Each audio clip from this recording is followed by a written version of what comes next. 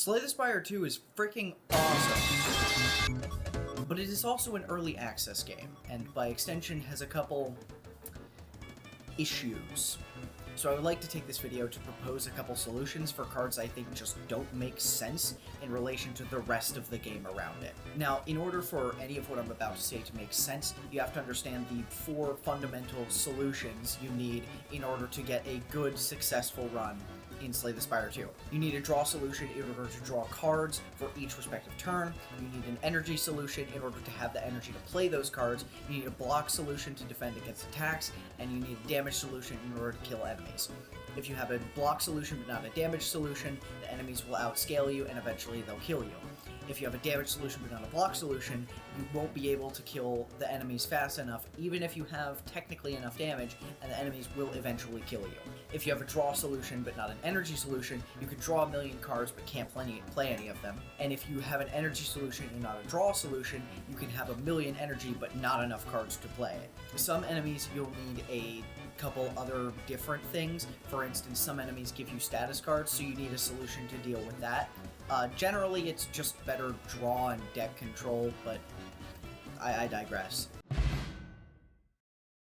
Starting off with the bigger issues on Ironclad, one thing we'll see a lot of is just inconsistency among given things. I talked earlier about energy solutions. One of Ironclad's most potent energy solutions is that of bloodletting, but that's kind of his only reliable one.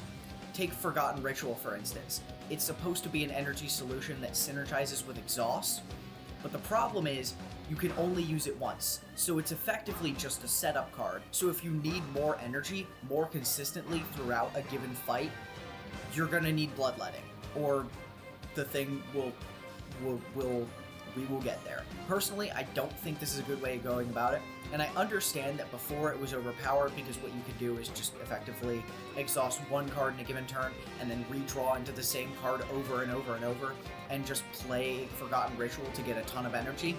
But I think there's an easy way to fix that without making it exhaust. Just make it to where every time you play it, it costs 2 additional energy to play that turn. That means you can play it consistently, I can play it more, but I'm not strong-armed into using a different energy solution or multiple different energy solutions that cause me to have a more weird, janky, and inconsistent build.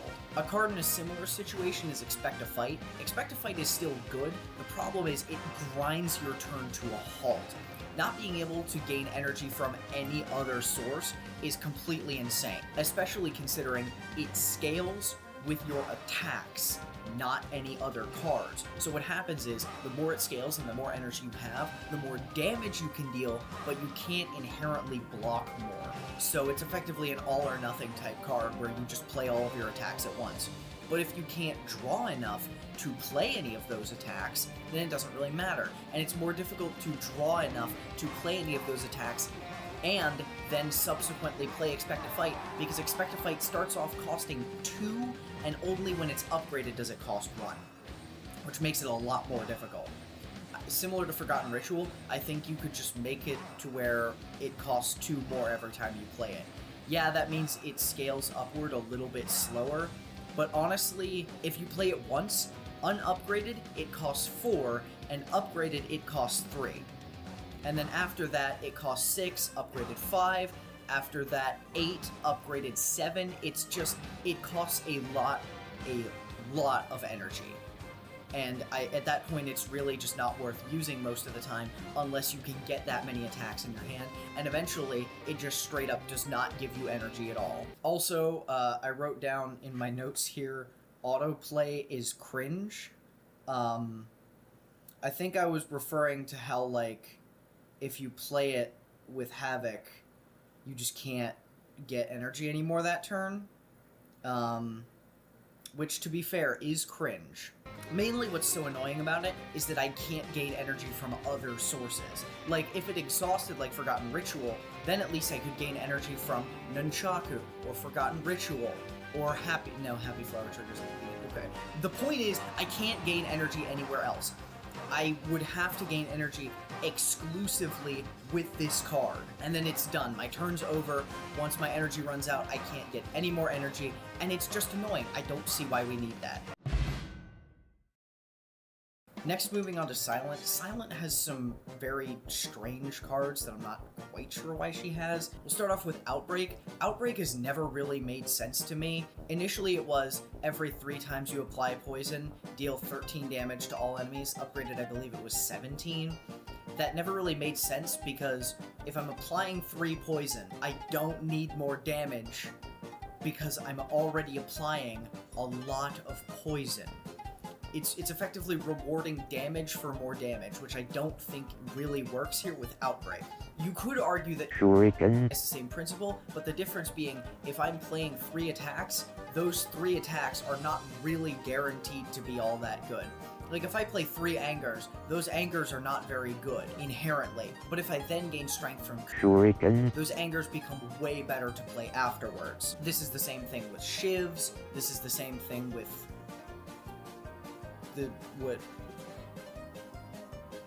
whatever Defect be doing over there, his whole shtick. It's just good to be able to scale the same thing, because when I'm playing those 3 attacks, I'm scaling the thing that I'm playing. When I'm applying 3 poison, I'm not scaling the poison, I'm just dealing damage. And on top of that, if I'm applying 3 poison, why would I want to deal damage when I could scale poison that scales other cards that I may have, like Accelerant or Mirage? I just don't think it personally makes sense. Even the rework of every time you apply poison, deal 3 damage to an enemy, why?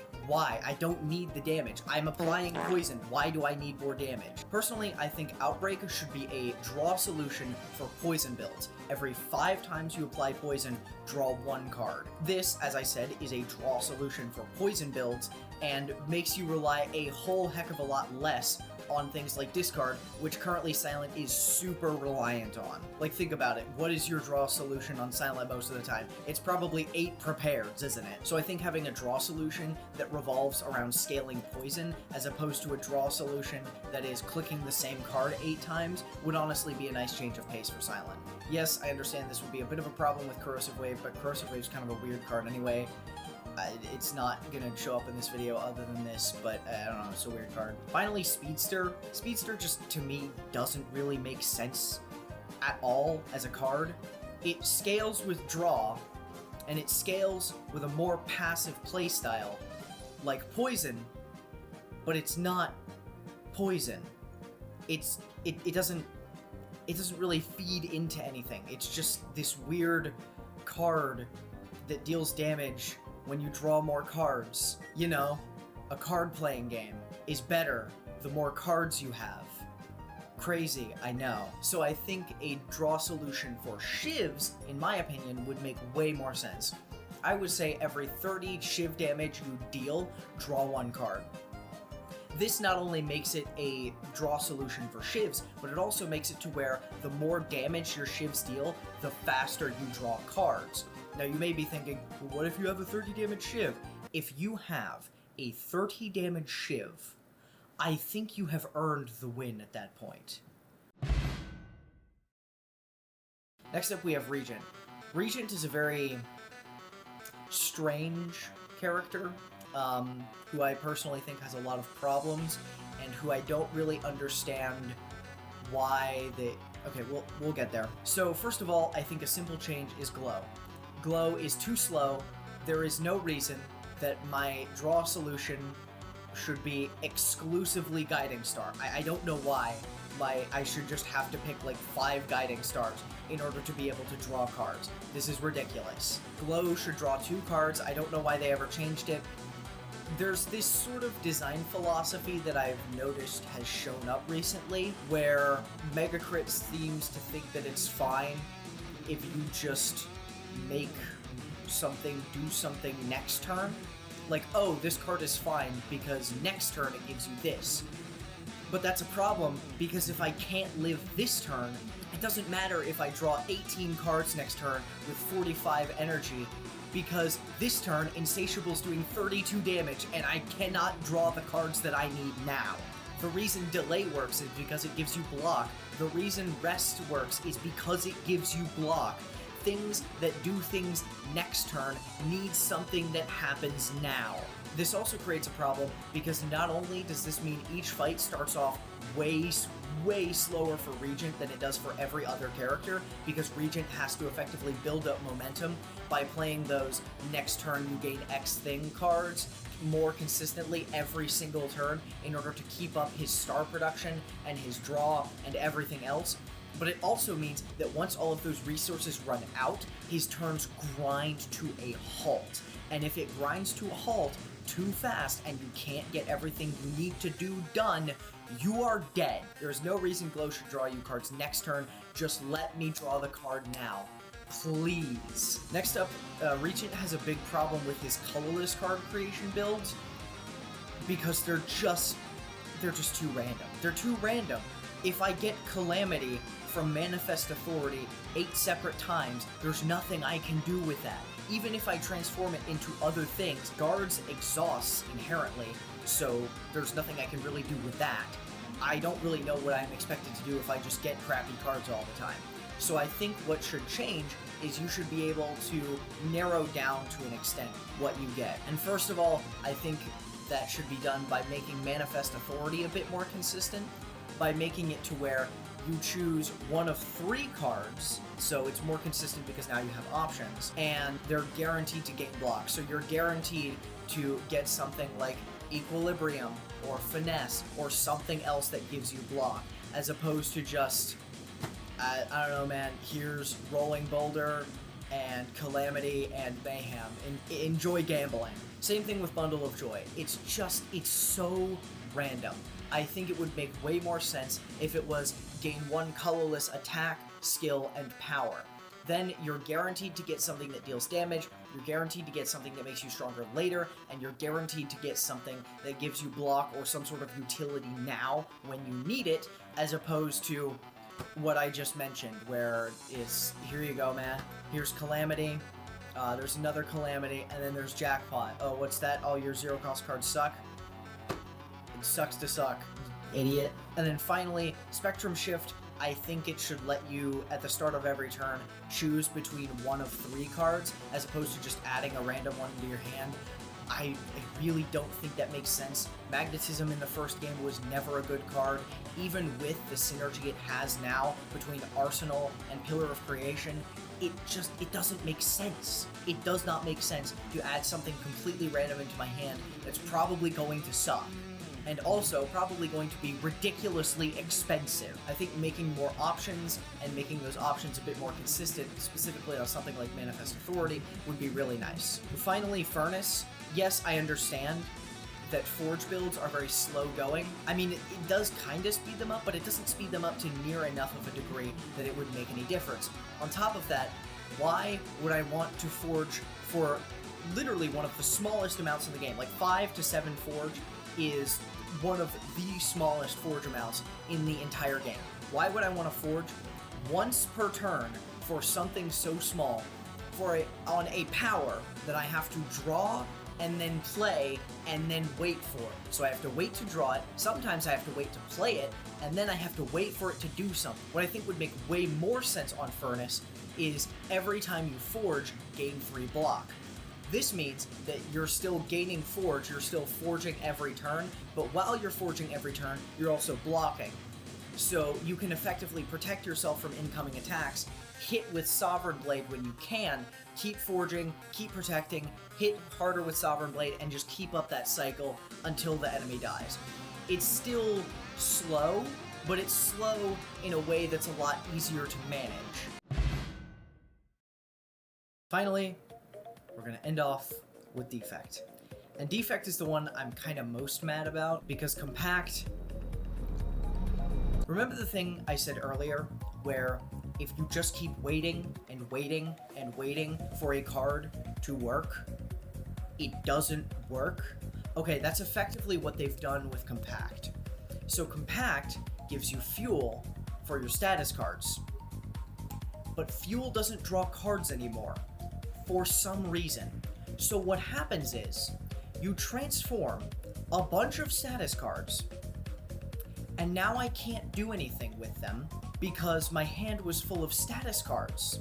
and not actual cards. So now what has happened is I have 18 energy in my hand, and I can't do anything with it because I have no cards. And I can't draw cards because Fuel doesn't draw me cards anymore. So unless I have Ice Cream or Unceasing Top, my turn has completely ground to a halt. And that is a big problem. Not only is my initial turn grinding to a halt a problem, but it's also a problem later, because you could say, oh, we'll just discard them and then draw them later. That's fine, but it still puts a lot more stress on my draw solutions, because if I then draw 5 Fuels and I can't draw any more cards, well, that's great. I have 10 energy now, and I, once again, have nothing to do with it. On top of that, if you're gonna tell me that it's worth it just to get rid of the status cards, I would agree with you, but then why is Flat Cannon a thing?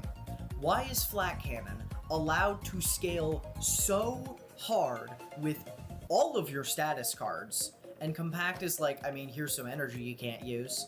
If you really needed to nerf Fuel, what you could do is just make it to where Fuel is ethereal and Fuel Plus is not. This wouldn't really matter, but it would make it to where you could still have it upgraded, and to where upgraded Compact would still be better, and you wouldn't draw 2 cards every time you played a Fuel Plus. And personally, I think that would work. The ability to not draw cards with Fuel is completely insane for Defect. I don't know why they would do that. It again goes back to that problem where they have this weird design philosophy where, because I can do things later, that justifies it being not as good now. When no, that's not how it works. That's not how it worked when you had Prepare change to discard 2 cards, gain 2 energy next turn. That did not work, and you reverted it very quickly because it sucked. So that is about it. Those are the changes I think should be made. Also, just really quick with Compact, it's especially frustrating that Compact got nerfed, because that was one of the only ways that Defect could reliably kill Glass outside of just having Flat Cannon. So now I have to just find Flat Cannon every run, especially on A10, because if I don't, Glass is just basically guaranteed to kill me. So that's cool and awesome and my favorite thing. Yeah, that's about it. Also, a video on Glass coming out soon, because Glass also sucks and I hate him a lot. He is his design philosophy genuinely baffles me. I feel like some of the stats, I don't mean to be rude, but they had to have been made in a vacuum. Like 3 artifact? 3? Why? He does not need that. He doesn't need 3 artifact. He can already deal 36 damage with 3 status cards. Like, I don't... Okay. Subscribe, like, video, bye.